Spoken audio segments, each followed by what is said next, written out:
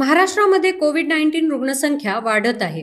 30 मे 2025 रोजी 424 सक्रिय रुग्ण असून आतापर्यंत 2 मृत्यूंची नोंद झाली आहे।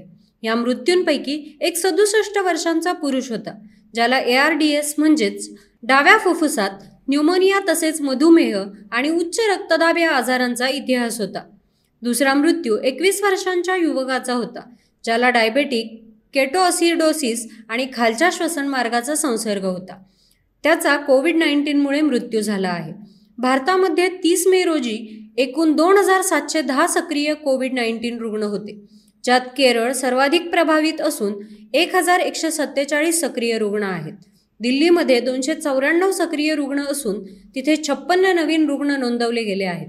महाराष्ट्र हा देशातील दुसऱ्या क्रमांकाचा सर्वाधिक प्रभावित राज्य आहे। महाराष्ट्रात 30 मे रोजी 84 नवीन रुग्ण आढळले असून जानेवारी 2025 पासून एकूण 681 रुग्णांची नोंद झाली आहे। मुंबईमध्ये सर्वाधिक 411 रुग्ण असून पुणे, ठाणे, कल्याण, नवी मुंबई आणि रायगड जिल्ह्यांमध्येही रुग्णसंख्या वाढत आहे। बहुतेक रुग्णांमध्ये लक्षणे सौम्य असून हॉस्पिटलमध्ये भरती होणाऱ्यांची संख्या मात्र कमी आहे। आरोग्य विभागाने लोकांना लस घेण्याचे आणि वेळेवर चाचण्या करण्याचे आवाहन केले आहे। नवीन कोविड उपप्रकार NB1.8.1 आणि LF7 यांवर लक्ष ठेवले जात आहे। मोसमी आजारांच्या वाढीचा धोका लक्षात घेऊन आरोग्य तज्ज्ञांनी खबरदारीची सूचना दिली आहे। मोठ्या संख्येने गर्दी टाळण्याचे आणि स्वच्छता नियमांचे पालन करण्याचे आवाहन करण्यात आले आहे। Bureau report news dots.